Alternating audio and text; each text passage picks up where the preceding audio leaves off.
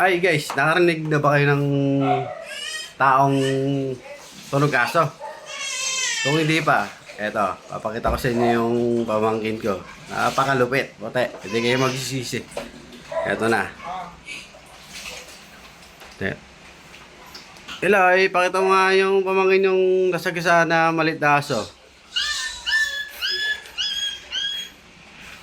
Yung medyo malaki-laki na nasagasaan. Ay, pinalo ng amo.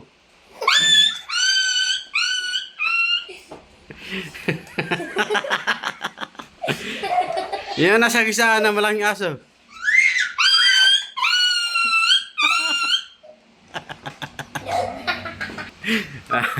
Guys, yan na. Ito, parang ito ba yan? Hindi yung edit siya, sabi niyo, baka edit. Ulit. Pamangkin yung nasa gisaan nga na maliit na aso, tuta.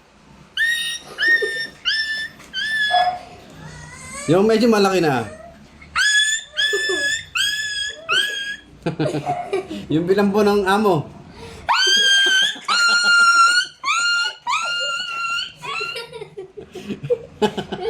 Yung napakalaki na yung inaso.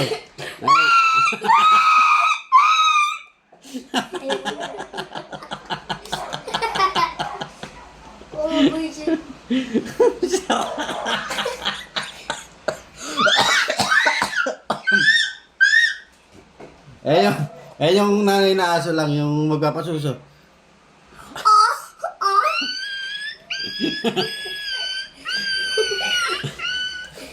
Hindi makasuso yung anak. Ano?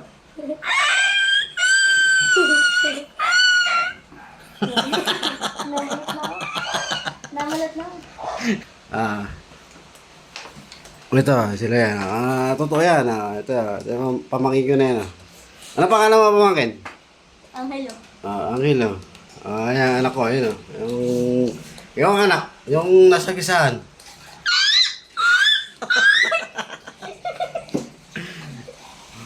Hindi, ito. Isa pa, last na. Para siguradong di ko kayo niloloko. Pamangkin yung nasa gisaan ng malaking truck.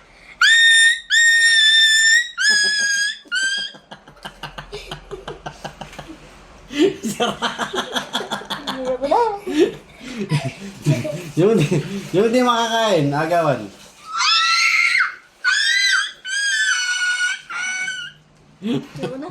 Guys, pagod na malap na. Sige.